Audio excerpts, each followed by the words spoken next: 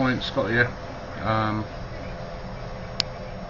It's about 12:30 Saturday morning.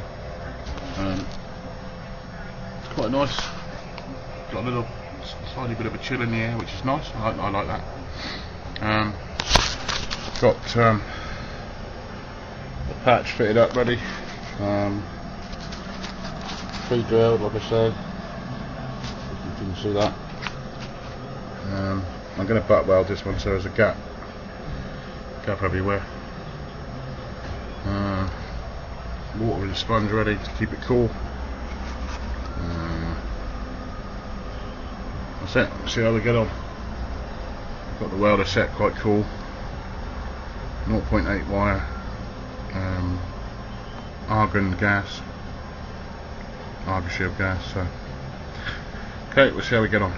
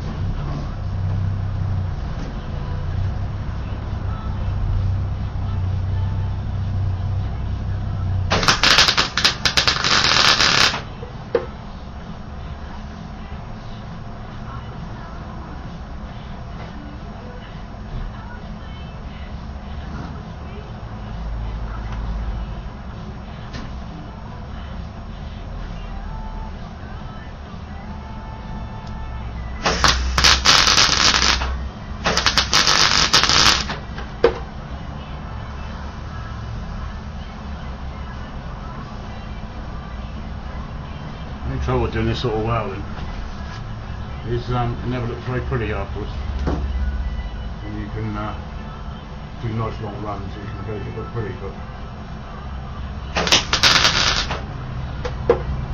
one of them things, but at the end of the day we don't want the panel going all over the place, so we should have to all the trouble out of the front one. The last thing we want.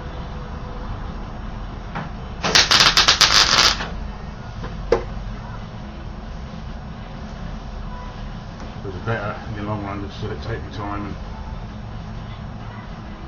put some tacks in.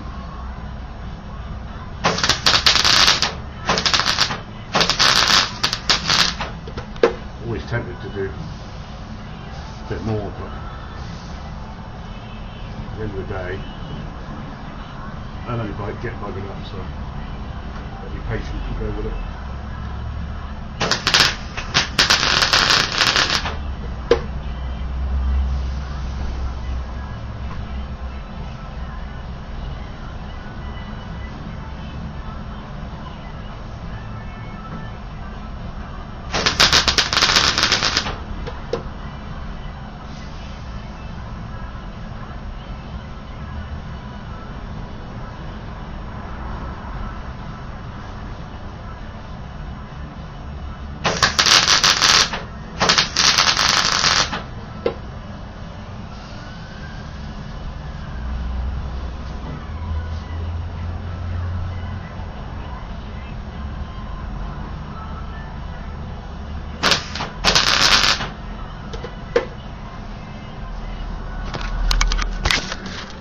We can see what's happening. It's just a series of tacks, so I'll get these finished off and I'll turn the camera back on and you can see all the lumps and bumps when it's finished. Alright, it's in a bit. Alright, so I've done about a gazillion tack welds all round. You can see that the panel's not blued up, so it's not, if it goes blue then you know you've got too much heat into it. Can't feel any warp in it. There's a tiny low bit there where it's pulled a bit.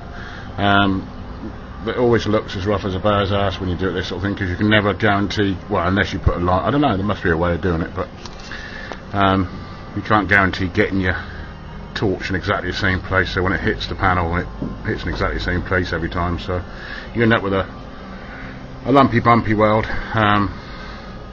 So the next bit I do is I grind all this off. You've got to be careful again not to put too much heat into it when you're grinding it off, because you'll end up with your warpage again. Anyway, grind it all off so it's, it will show up any inclusions or any holes. There's a few there that are fairly obvious, but because of the thickness of the lumps of weld, I don't want to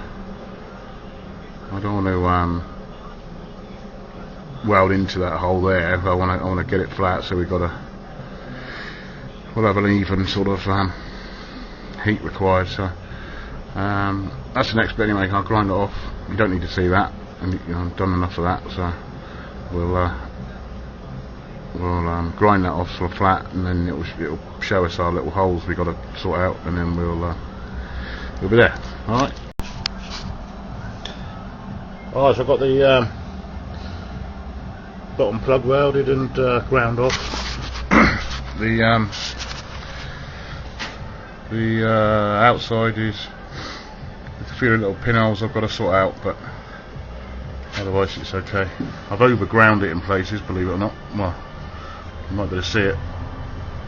It's just a bit silly, but that's typical of me, getting a bit overexcited with the old grinder. But anyway, it's got to have a little skimmer fitter in there anyway. So that's the end of the patch welding. So that's got to be it for this car now. I don't think I'm going to find any more.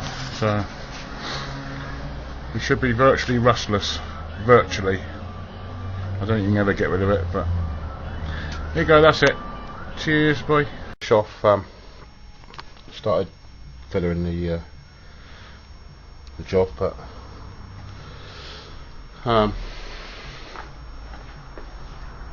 just wanted to quickly show you something.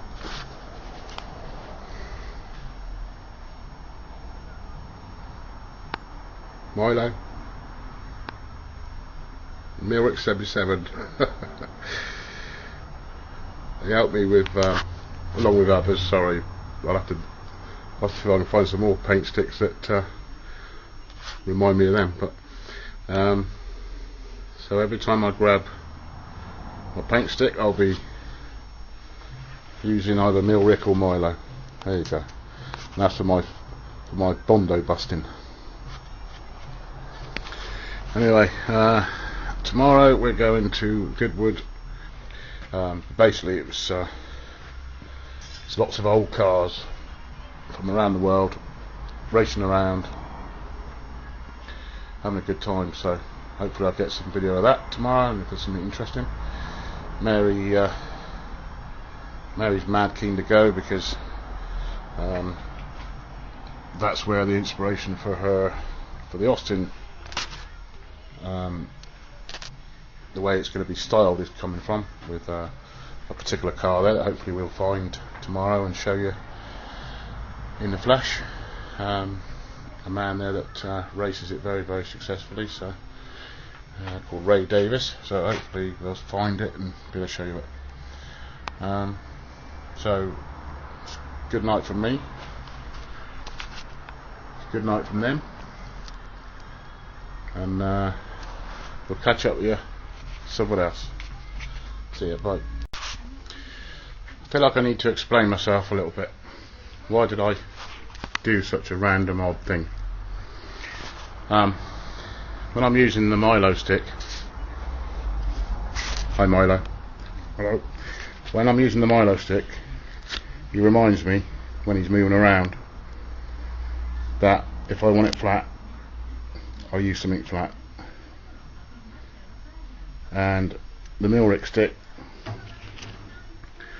well, he says, stop sanding, you dumbass, because that's what I like to do. I keep sanding too much. So I have stopped sanding where a long time before I would normally, and I'm going to put some more Bondo in, some more filler. So that was that's the explanation basically why I would do. I'm a grown-up man. Why would I do such an odd thing? Because they remind me to do stuff. That's it. That really is the last clip. Bye bye.